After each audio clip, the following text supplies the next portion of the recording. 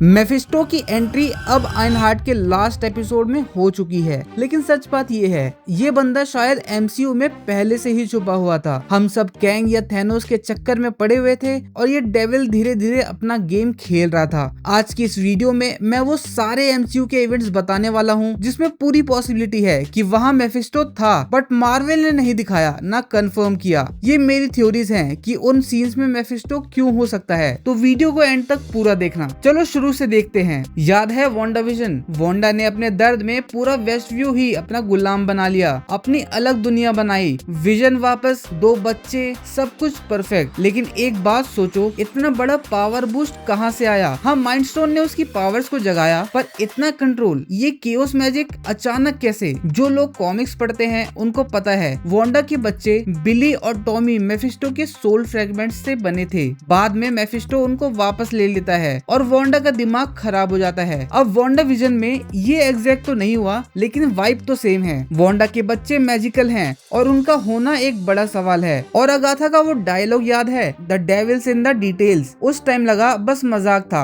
पर जब उसने ये लाइन बोली, you have no idea what you have unleashed, तो थोड़ा शक हुआ। अनलीज्ड क्या? केओस मैजिक या शायद कोई और चीज लाइक मेफिस्टो? हाँ, वांडा विजन के मेकर्स ने कहा मेफिस्टो इसमें नहीं था, पर ये लाइन सुन के लगता है शायद कोई हिंट छुपा है। क्या पता अगाथा खुद इसी के इशारे पे चल रही थी। अब लोकी सीजन 1 पे चलते हैं। एपिसोड 1 में एक सीन है फ्रांस का एक चर्च, जहाँ एक विंडो में डेविल जैसा फिगर दिखता है हॉर्न्स के साथ। फैंस ने तो तभी चिल्लाना शुरू कर दिया, अरे ये तो मेफिस्टो है। मार्वल ने कहा नहीं, बस ये लोकी का रेफरेंस है। लेकिन जब आयनहार्ट में मेफिस्टो दिखा तो अब लगता है कि शायद ये एक छोटा सा टीज था। और टीवी का सिस्टम भी थोड़ा दिक्कत वाला है। वो टाइमलाइन कंट्रोल करते हैं, मतलब इनडायरेक्टली लोगों के चॉइसेस को भी कंट्रोल करते हैं। अब मेफिस्टो कॉमिक्स में क्या करता है? लोगों के डर, चाह और पछतावे का फायदा उठाता है। तो सोचो शायद टीवी का ये कंट्रोल गेम मेफिस्टो के स्टाइल से थोड़ा मिलता हो। अब आते हैं doctor strange in the multiverse of madness में, जहाँ एक सॉलिड क्लू है।